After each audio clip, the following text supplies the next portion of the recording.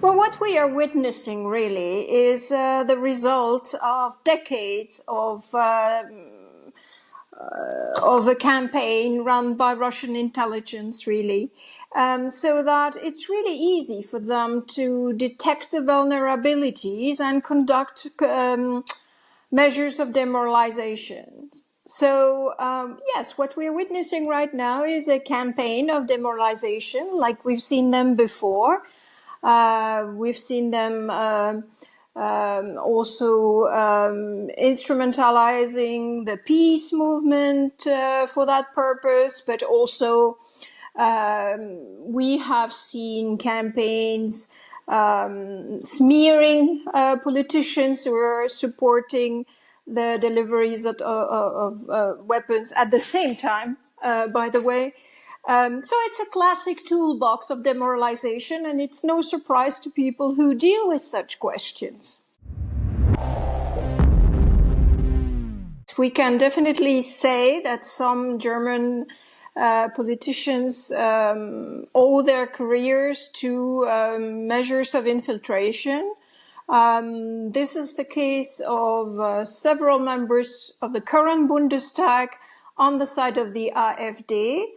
We also see some very worrying ties among Die Linke, formerly known Die Linke, now people who have defected to Sarah Wagenknecht's new political party, people who have visited the Donbas region, met with Russian intelligence there.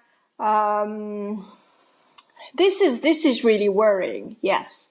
So yes, we can definitely say that there has been a very interesting investigation conducted by the Insider, by Spiegel as well. Those were joint efforts, and they have actually uncovered a classic textbook case of an infiltration with a member of the current Bundestag, who had an aide who himself could classify not as an asset, but actually as an agent.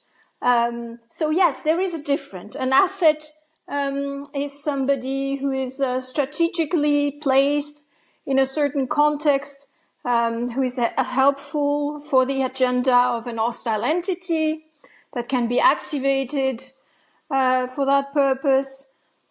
Some are assets wittingly and or unwittingly. We have also the category of fellow travelers, people who are happily volunteer to conduct such operations. And then we have agents. Agents are actually people working for intelligence agencies, and that's their job. They are trained. They are trained to steal information. They are trained to conduct measures of intimidation, destabilization, you name it.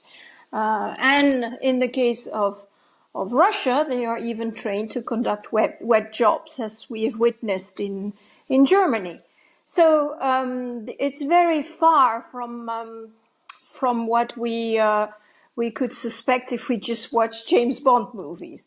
There is a part of the agent work that is really office job, analytic job.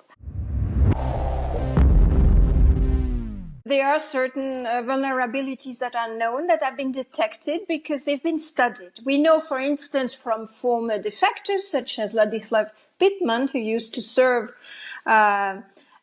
in the Czechoslovak intelligence services and defected later, that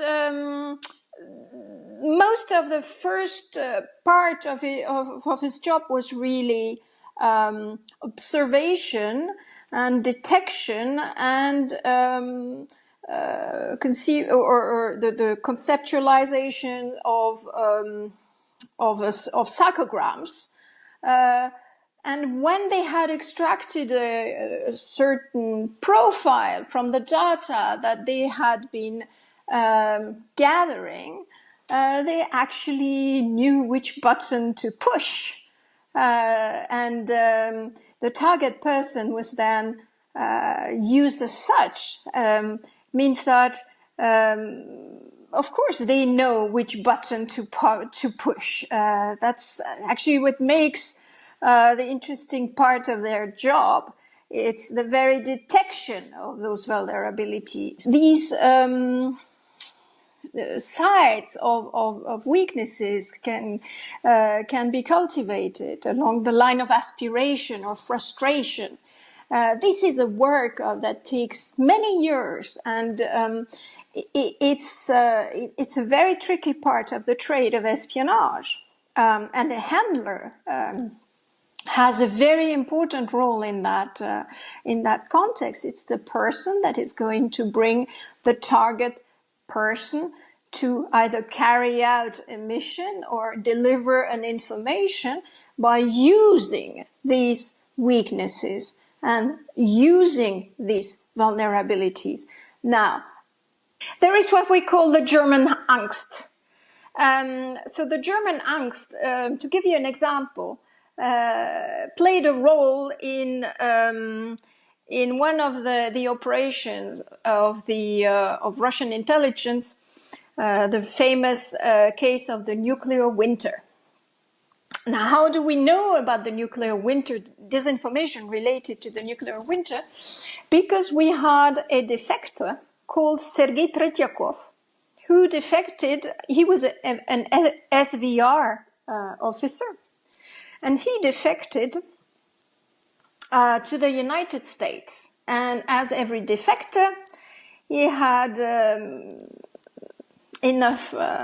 assembled enough files which he was able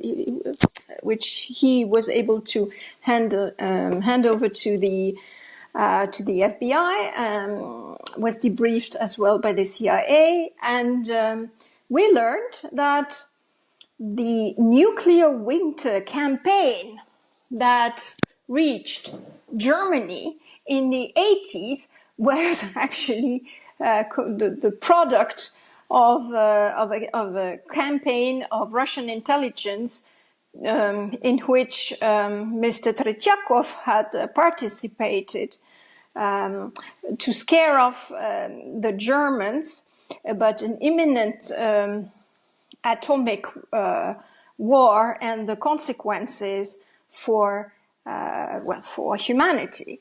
And the button is still working, by the way. We see it now. Putin is aptly using this type of technique to scare the Germans. So basically the answer is very easy. Every human being has vulnerabilities and fears. Some because they come from trauma, other because of education. And when the other side has a psychogram and they are aware of the traumas and they are aware of the weaknesses, it is where they will push in terms of disinformation, of course, to destabilize or to subvert or to scare. That's the way Russian intelligence works.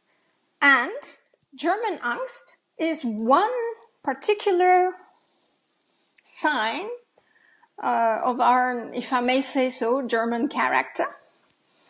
And the other side knows how to use it. So yes, we are scared of the nuclear threats, and this is why Vladimir Putin is repeatedly using this type of rhetorics, because we, as a target group, are very vulnerable when it comes to these types of threats. He doesn't try these type of threats, let's say, with the British target group or British politicians. Well, first of all, Great Britain is a nuclear power, and second of all, the British political class is very well aware of those techniques, and they react accordingly.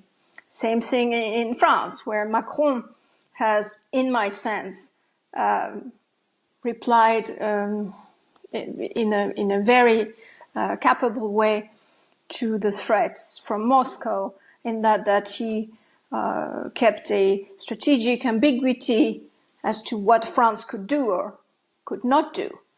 It's exactly the way to deal with such threats. And then we have Olaf Scholz, who obviously didn't get the memo.